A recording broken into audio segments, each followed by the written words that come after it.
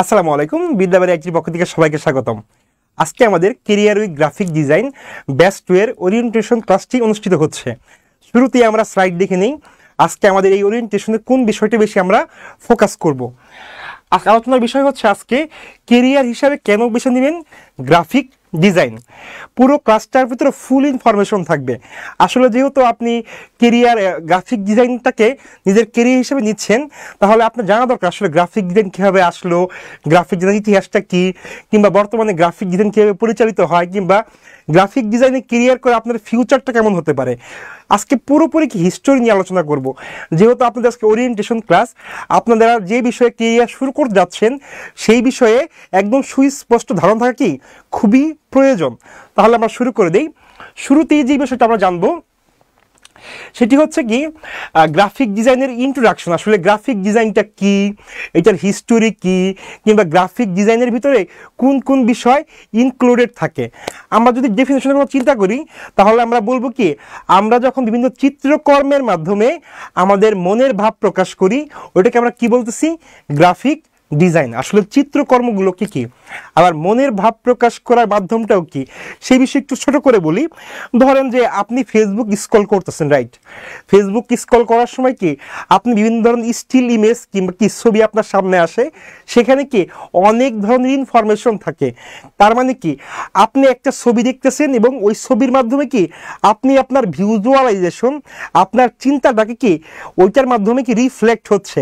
আপনি একটা চিন্তা করে সোশ্যাল মিডিয়াতে পোস্ট করলেন, ওই পোস্টটা যখন আপনি দেখতেছেন তার মানে কি একটা ছবির মাধ্যমে পুরো বিষয়টা কি আপনি পরিষ্কার করতেছেন। বিষয়টা বোঝা গেল?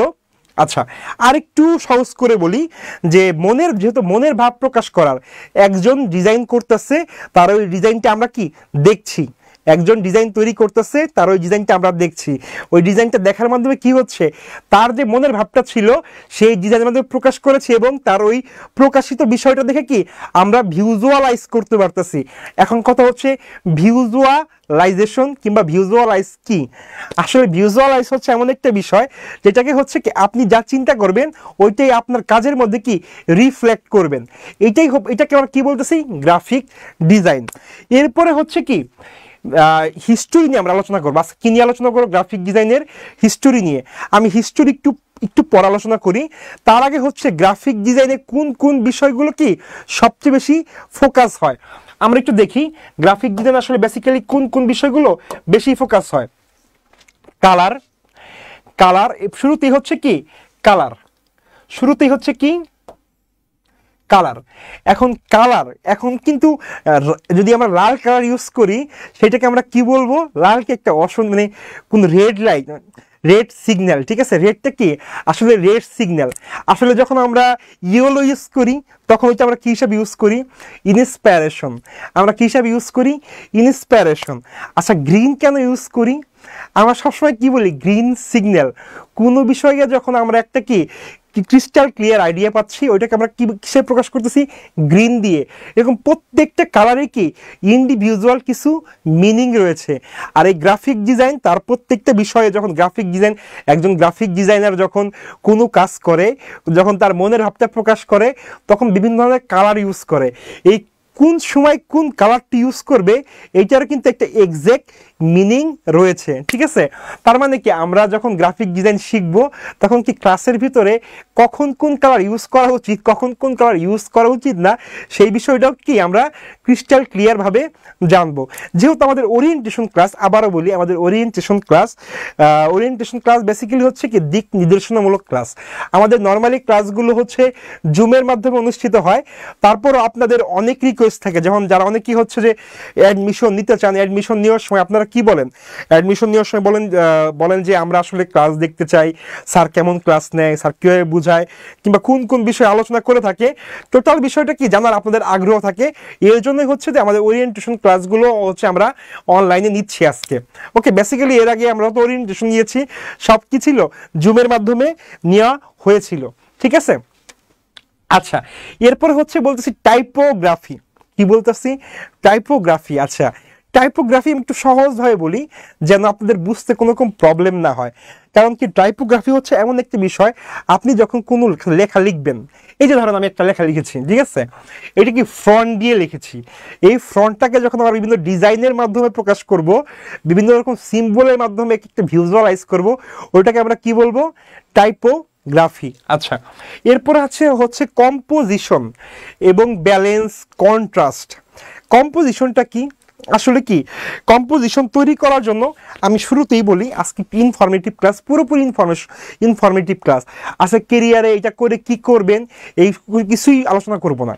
আজকে কি ফুল অফ ইনফরমেশন থাকবে যে আসলে গ্রাফিক ডিজাইনার হচ্ছেন, এটা স্কিল ডেভেলপ করতেছেন, স্কিল ডেভেলপ করার জন্য কি আপনার জানা দরকার আসলে এই গ্রাফিক ডিজাইন কীভাবে শুরু হয়েছিল, এই গ্রাফিক ডিজাইনে কোন কোন বিষয় থাকে, এই বিষয়গুলো কি আপনার জানা অনেক প্রয়োজন। ঠিক আছে, এই জন্য কি আমি বলতেছি কি ইনফরমেটিভ একটা ক্লাস, এবং ধৈর্য ধরে দেখুন। যারা হচ্ছে গ্রাফিক ডিজাইন করতে চান না তারাও চাইলে দেখতে পারেন। কারণ কি আপনার ওই কারণে দেখবেন, যে কারণটা হচ্ছে যে আপনি সোশ্যাল মিডিয়া আপনি স্ক্রল করেন, ফেসবুকে আপনার আইডি আছে, কেন কে কিভাবে এই ডিজাইনটা করছে, কোন কারণে করছে, কোন ইন্টেনশনে করছে, এই ক্লাসটা দেখার পরে কি আপনিও বুঝে ফেলবেন যে কেন কিভাবে ডিজাইনটা করা হয়, কোন ইন্টেনশনে কোন কালার ইউজ করা হয়।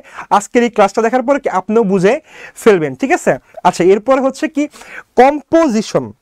কম্পোজিশন বলতে আসলে কি বুঝি আমরা? ধরুন পুরো একটা ডিজাইন, এই ডিজাইনের ভিতরে কি কিছু মেইন সাবজেক্ট থাকে, কি থাকে? মেইন সাবজেক্ট থাকে, কিছু কি সাব সাবজেক্ট থাকে, কিছু অবজেক্ট থাকে, কিছু ইনফরমেশন থাকে। আপনি খেয়াল করবেন যত ডিজাইন দেখবেন একটা বিষয়কে কি মেইন ফোকাস করা হয়, আর একটা বিষয় কি ফোকাস করা হয়, ওইটা হচ্ছে কি সাব সাবজেক্ট, ওইটা রিলিভেন্ট কোনো একটা সাবজেক্ট ওইটা থাকে। এরপরে কি থাকে? অবজেক্ট থাকে, ওই ডিজাইনটাকে আরো সুন্দরভাবে প্রেজেন্ট করার জন্য কি বিভিন্ন অবজেক্ট থাকে, সাথে কি থাকে? একটা ইনফরমেশন থাকে। আচ্ছা, আমরা একটু এই স্লাইডটাই ফলো করি, খেয়াল করেন এইখানে কি একটা সাবজেক্ট আছে, কি আছে? একটা সাবজেক্ট। সাবজেক্টটা হচ্ছে কি একটা মানুষ বসে আছে, সে ডিজাইন করতেছে। কিছু অবজেক্ট আছে, এআই, পিএস, ঠিক আছে, কিছু অবজেক্ট, এখানে কিছু কি অবজেক্ট আছে। ঠিক আছে, এখানে একটা ডায়মন্ডের সিম্বল আছে। এখানে কি সাবজেক্টটা হচ্ছে মেইন ফোকাসটা কোথায়? Graphic design.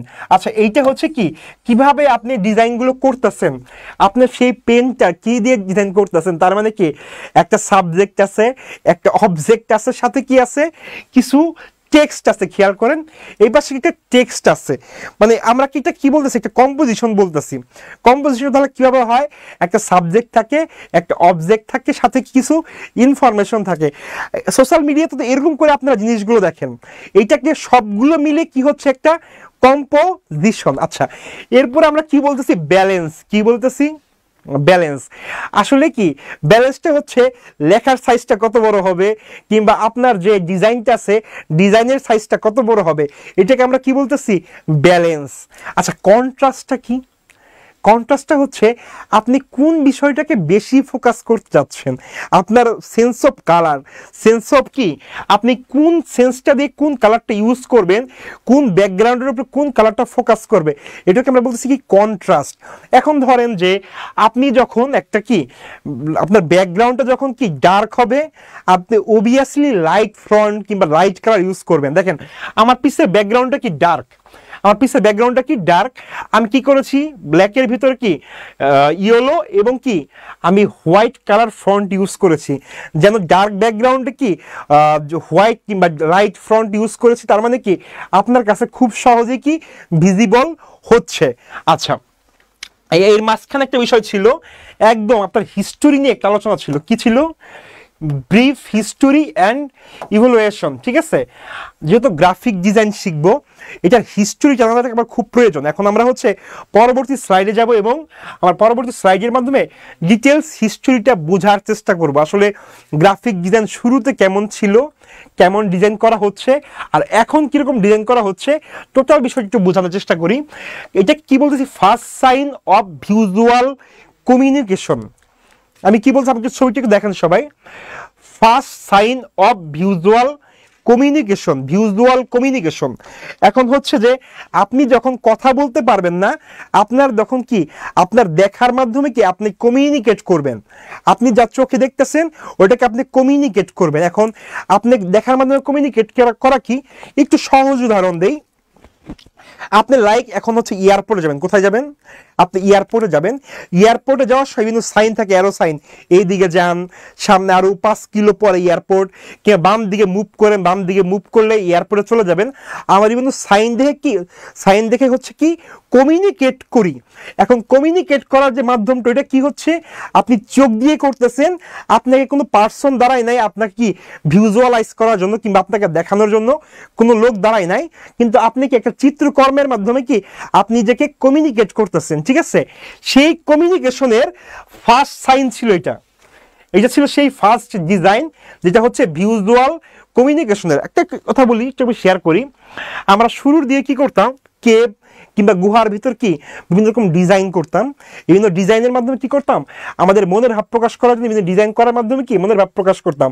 শুরুর দিকে তো খাতা কলম কিংবা সফটওয়্যার ছিল না, আমাদের ওই মনের ভাব প্রকাশ করার জন্য কি ছিল, পাহাড়ের গুহা কিংবা হচ্ছে পশুর চামড়া কিংবা গাছের বাকল, এগুলোর মাধ্যমে কি আমরা ফার্স্ট কমিউনিকেট করেছি। আচ্ছা, এরপরে যে বিষয়টা হচ্ছে the beginning of communication language.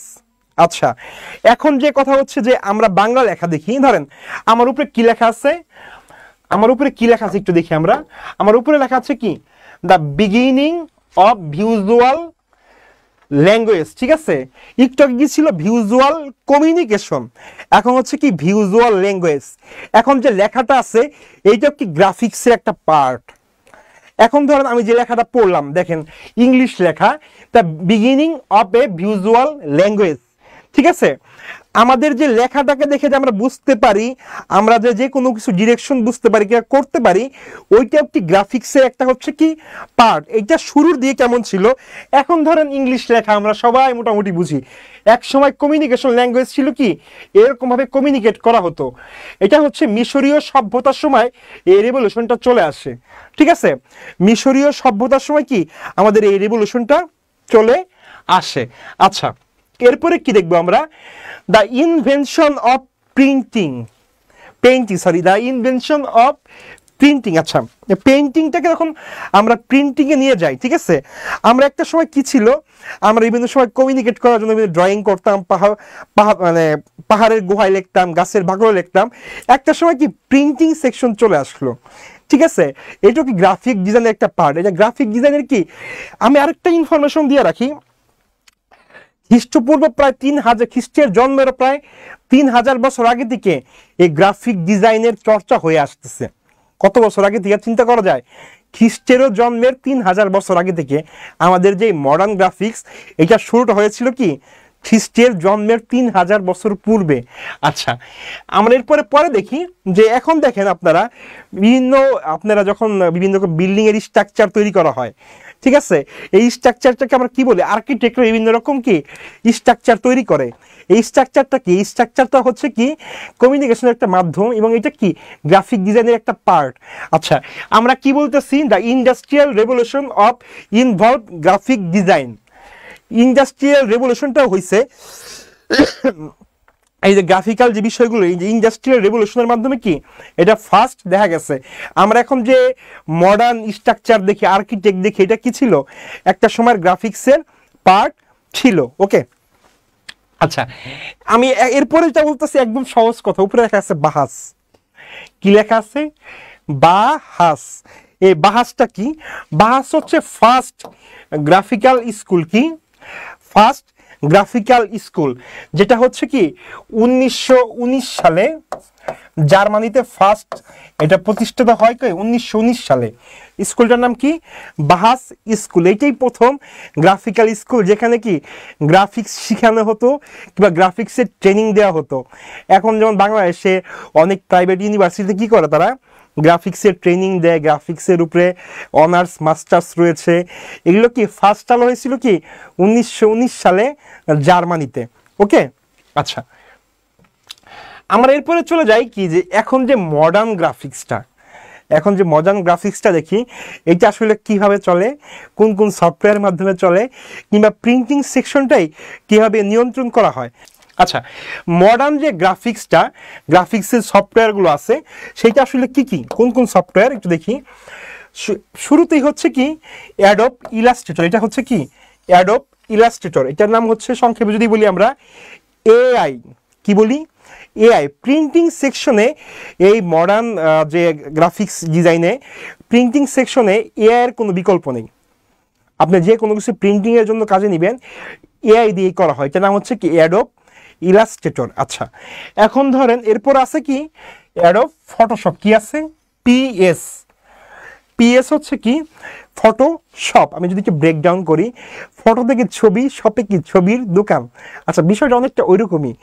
এখানে যে কোনো প্রকার রাস্টারাইজ ইমেজের কাজ করা হয়। সোশ্যাল মিডিয়াতে আপনারা যত ডিজাইন দেখেন তার 90% ডিজাইন হচ্ছে কি অ্যাডোব ফটোশপ দিয়ে করা। আচ্ছা, ইলাস্ট্রেটর দিয়েও ডিজাইন করা যায় কিন্তু সেটা পরিমাণে কম।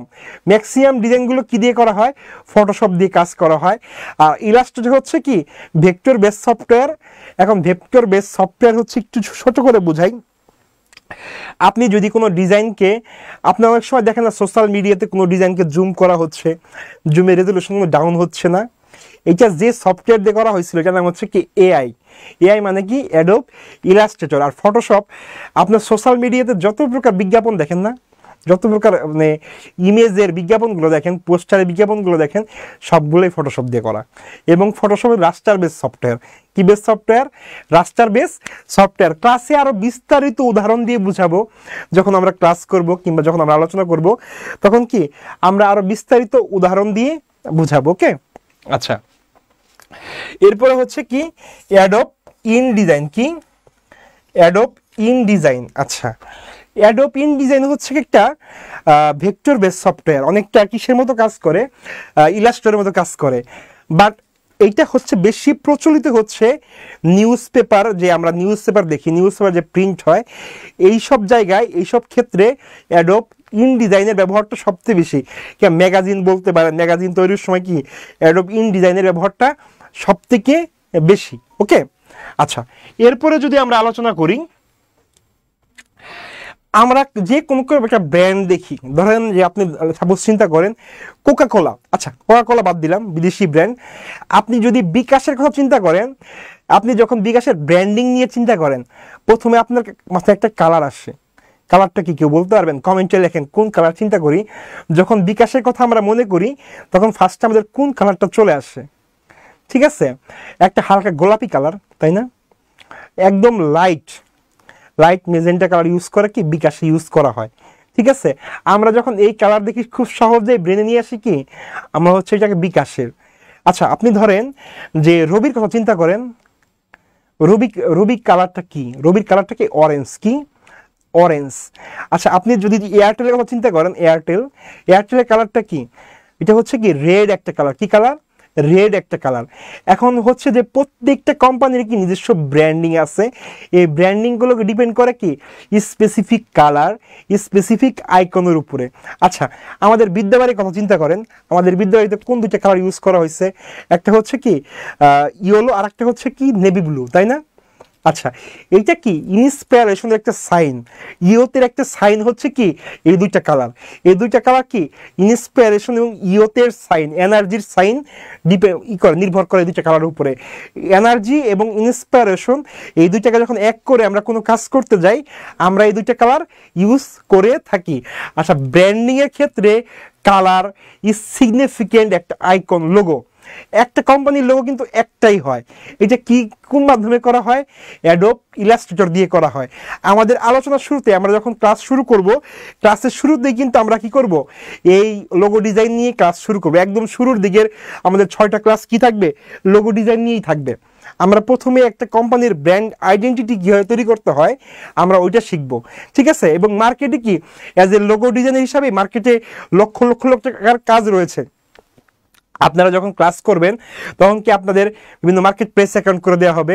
এই মার্কেট প্লেসে অ্যাকাউন্ট করে দেওয়ার সময় কি আপনাদের কি এই লোগো ডিজাইন সম্পর্কে আপনাকে বিস্তারিত ধারণা দেওয়া হবে এবং এই লোগো ডিজাইন নিয়ে আপনি মার্কেটে প্রথম কাজ শুরু করবেন। ওকে, আচ্ছা, এরপরের স্লাইডে আমরা চলে যাই। আমরা শুরুতেই বলেছিলাম টাইপোগ্রাফি নিয়ে বলেছিলাম যে গ্রাফিক ডিজাইনের একটা মেইন এলিমেন্ট হচ্ছে কি টাইপোগ্রাফি। টাইপোগ্রাফি বলেছিলাম কি বিভিন্ন ওয়ার্ডগুলো যখন কি বিভিন্ন ডিজাইনের মাধ্যমে প্রকাশ করা হয় ওইটাকে আমরা কি বলতেছি টাইপোগ্রাফি। আচ্ছা, টাইপোগ্রাফিগুলো দেখতে অনেকটা এইরকম। এই দেখেন কি লেখা আছে, সুগন্ধে ভরা উৎসব, তাই না? এখানে কিন্তু লেখা ওয়ার্ডই আছে, ভিন্ন কিন্তু কিছু নাই। কি লেখা আছে, সুগন্ধে ভরা উৎসব। এখানে ওয়ার্ড দিয়ে একটা ডিজাইন তৈরি করা হয়েছে, যে ডিজাইনটা কি একটা উৎসবের কি ফ্লেভার বহন করতেছে। ঠিক আছে, আর একটা কমন ওয়ার্ড সবার কাছে অনেক পরিচিত, ওয়ার্ডটা কি বলেন তো? খেলা হবে, তাই না? খেলা হবে। ঠিক আছে, এই যে বিভিন্ন ওয়ার্ডের মাধ্যমে বিভিন্ন লেখার মাধ্যমে যখন আমরা বিভিন্ন রকম সাংকেতিক কথা তুলে ধরি ওইটাকে আমরা কি বলতেছি টাইপোগ্রাফি। এবং ডিজাইনের ক্ষেত্রে কম্পোজিশনের ক্ষেত্রে টাইপোগ্রাফি অনেক বেশি কি অনেক কার্যকারিতা বহন করে থাকে। আচ্ছা, আমরা বলি যে বেসিক টাইপোগ্রাফি, আসলে টাইপোগ্রাফিটা হচ্ছে কি, আমি একটু সহজ করে বলি, এখানে অনেক কঠিন ভাষায় লেখা আছে, একটু সহজ করে বলি। বেসিক্যালি যে ফ্রন্ট দিয়েই কাজ করা হয়, ফ্রন্টগুলোকে ভেঙে আমরা আমাদের মতো প্লেফুল করে নিই। কি করে নেই? প্লেফুল করে নেই। ঠিক আছে, প্লেফুল করার মাধ্যমে কি আপনার সামনে কি ওই চিত্রকর্মটাকে ফুটিয়ে তুলি কিংবা প্রকাশ করি, ওইটাকে আমরা কি বলতেছি টাইপোগ্রাফি। এটা কি ওয়ার্ড কিংবা ফ্রন্টের কি একটা গ্রাফিক্স ভার্সন। ওকে, আচ্ছা আমরা পরবর্তী স্লাইডে চলে যাই। এরপরে হচ্ছে কালার হুইল। কি কালার হুইল? আসলে গ্রাফিক ডিজাইন বলতে গেলে টাইপোগ্রাফি, কালার হুইল, কম্পোজিশন এগুলো কি খুব মানে কি ব্রেনে খুব মানে ইজি করে রাখতে হবে, যেন এই বিষয়গুলোর সাথে কি আপনি খুব সহজেই কি অ্যাডাপ্ট হতে পারেন কিংবা অভিযোজিত হতে পারেন। কারণ কি যে আপনার কাজই হচ্ছে মানুষের কি ব্রেনের সাইকোলজি নিয়ে খেলতে হবে। কি নিয়ে খেলতে হবে? ব্রেনের সাইকোলজি নিয়ে খেলতে হবে।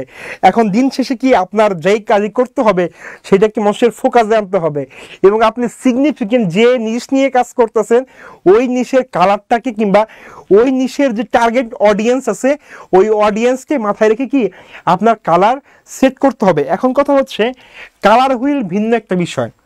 আমরা সবাই জানি কি বেনিয়ার সহকলা কি কালার, 7 ধরনের কালার আছে, যে কালারগুলো কি আমরা সবাই মোটামুটি জানি। রং ধনুর কালার কি বেনিয়ার সহকলা কালার। আচ্ছা, এই কালারগুলো কি আছে? কিছু কালার আছে কি মৌলিক কালার, কিছু কালার আছে কি যৌগিক কালার, আর দুইটা কালার মিলে হয় কি টারশিয়ারি কালার। এখানে সেই কালার হুইলের সেই বিষয়টা বুঝাইছি, এই প্রাইমারি কালার আর সেকেন্ডারি কালার। ঠিক আছে, এখন প্রাইমারি কালারগুলো কি কি আছে এখন আমরা কিন্তু সব কিছু ডিটেলসে দেওয়া আছে। আপনারা যখন ক্লাসগুলো দেখবেন তখন আরও ডিটেলসে বোঝাবো যে একটা কালারের সাথে আরেকটা কালার মিক্স করার মাধ্যমে কি কেউ টারশিয়ারি কালার তৈরি হয়। এই কালার যে মিক্সিংটা এটা শুধুমাত্র কি রং তুলির মাধ্যমে হয় না, এটা সফটওয়্যারের মাধ্যমে কি করা সম্ভব। এই বিষয়টা কি আমরা কি করব ক্লাসের ভিতরে ফোকাস করব। আচ্ছা, আমরা পরবর্তী স্লাইডে চলে যাই। এরপরে হচ্ছে কি প্রিন্টিং সেকশন এবং কি ওয়েব ভার্সন। প্রিন্টিং সেকশন আর ডিজিটাল ভার্সন। ওয়েব ভার্সনের একটা মাধ্যম কি ডিজিটাল ভার্সন। এখন আমরা সবাই জানি কি যে আমরা যখন কিন্তু ডিজাইন করি, ডিজাইন কিন্তু স্পেসিফিক 2 কিংবা 3টা কালার দিয়ে করা হয়। এখন যদি বলেন যে 2 থেকে 3টা কালার, একটু আগে বললেন আপনি primary colour secondary colour mix করে আপনার কি টারশিয়ারি কালার তৈরি করা হয়, তাহলে তো লাখ লাখ কোটি কোটি কালার তৈরি করা যায়। হ্যাঁ, সম্ভব। এটা আমরা ডিজাইনের ভিতরে কি ফোকাস করব। কিন্তু আমরা যখন এটাকে প্রিন্ট দিব, প্রিন্ট দেওয়ার সময় আমরা 4টা কালার ইউজ করি। কয়টা কালার ইউজ করি? এই 4টা কালারের ভিতরে সবগুলো কালার থাকে। এই 4টা কালার কি কি? CMYK, সায়ান, ইয়েলো, মেজেন্ডা, কি ব্ল্যাক। কি ব্ল্যাক না কিন্তু কি ব্ল্যাক। ঠিক আছে, যখন প্রিন্ট দিব তখন এই কালারটাকে আমরা কি এই কালারটাকে রেখেই হচ্ছে আমরা প্রিন্ট দিই। আর আমরা যখন ডিজিটাল ভার্সনে দেখি তখন কালার কি কি থাকে শুনবেন? RGB কি রেড, গ্রিন, ব্লু। একটু সহজ করি, আপনি যখন একটা অনলাইনে যেমন হচ্ছে একটা অনলাইন ভার্সন, একটা ভার্সন কি অনলাইন ভার্সন, ফেসবুকে স্ক্রল করে যে ইমেজগুলো দেখেন এটা হচ্ছে অনলাইন ভার্সন, ওটা আমরা কি বলতেছি ডিজিটাল ভার্সন। আর যেটা হচ্ছে বিলবোর্ড পোস্টারের ভিতরে কি প্রিন্ট করা হয় ওটাকে আমরা কি বলতেছি প্রিন্ট ভার্সন। এখন কথা হচ্ছে একই ডিজাইন একই কালার অনলাইনে রাখলে একরকম দেখাবে এবং এটা প্রিন্ট করলে কালারটা একটু কি স্লাইডলি চেঞ্জ হয়ে যাবে, কারণ অনলাইনে যখন কাজ করা হয় তখন RGBকে ফোকাস করা হয়, রেড, গ্রিন, ব্লু। যখন সেটা প্রিন্ট করা হয় তখন সায়ান, ইয়েলো, মেজেন্ডা, কি ব্ল্যাক, এই 4টা কালারকে ফোকাস করা হয়। ঠিক আছে, আচ্ছা আমরা পরের স্লাইডে চলে যাই। সবার কোশ্চেন থাকে যে আমরা যে গ্রাফিক ডিজাইন শিখবো, এটার ফিউচার কেমন, এটা করে কিছু করতে পারবো কিনা, এটা কি নিয়ে কাজ করতে পারে, এটা হচ্ছে AI রিপ্লেস করে দিবে কিনা। আমি একটু সহজ করে বলি, খ্রিস্টের জন্মেরও 3000 বছর আগে যে কাজ শুরু হয়েছে সেটা কি এত সহজে বন্ধ হয়ে যাবে? আপনি এটা কেরিয়ার শুরু করে স্কিল ডেভেলপ করে আপনি একদম সামনের 20-30 বছর ইজিলি মার্কেটে লিড করতে পারবেন। এখন কথা হচ্ছে যে শুধু গ্রাফিক ডিজাইনের হিসাবেই না, ঠিক আছে, গ্রাফিক ডিজাইনের হিসাবেই না, আপনি গ্রাফিক ডিজাইন শুরু করবেন এরপরে হচ্ছে কি অ্যাজ এ ক্রিয়েটিভ ম্যানেজার। আমার মতো আমি কিন্তু বিদ্যাবাড়িতে অ্যাজ এ ক্রিয়েটিভ ম্যানেজার হিসেবে কাজ করতেছি, শুধু কি গ্রাফিক ডিজাইনার না, আমি একটা টিম লিড করতেছি। আপনি যখন টিম লিড করা শুরু করে দিবেন, ঠিক আছে, তখন আপনার গ্রাফিক ডিজাইন স্যালারি যদি হয় 30 থেকে 40 হাজার টাকা, অ্যাজ এ টিম লিডার হিসাবে কিংবা ক্রিয়েটিভ ম্যানেজার হিসাবে আপনার স্যালারি হবে কি লাখ টাকার উপরে। জাস্ট কি ভিজুয়ালাইজেশন সেন্স, ভিজুয়াল সেন্স একটু আলোচনা করলাম, ভিজুয়াল কমিউনিকেশন, ঠিক এই কমিউনিকেশনটা যখন আপনি কি বিল্ড করা শিখে যাবেন আপনার স্যালারি লাখ টাকার উপরে হয়ে যাবে। আচ্ছা আরেকটা বিষয় বলি, যে কথা হচ্ছে যে আমি যে কাজটা করব AI আমাকে রিপ্লেস করবে, তখন কি হবে, AI যখন রিপ্লেস করবে AI কে কমান্ড দেওয়ার জন্য গ্রাফিক ডিজাইনারই লাগবে।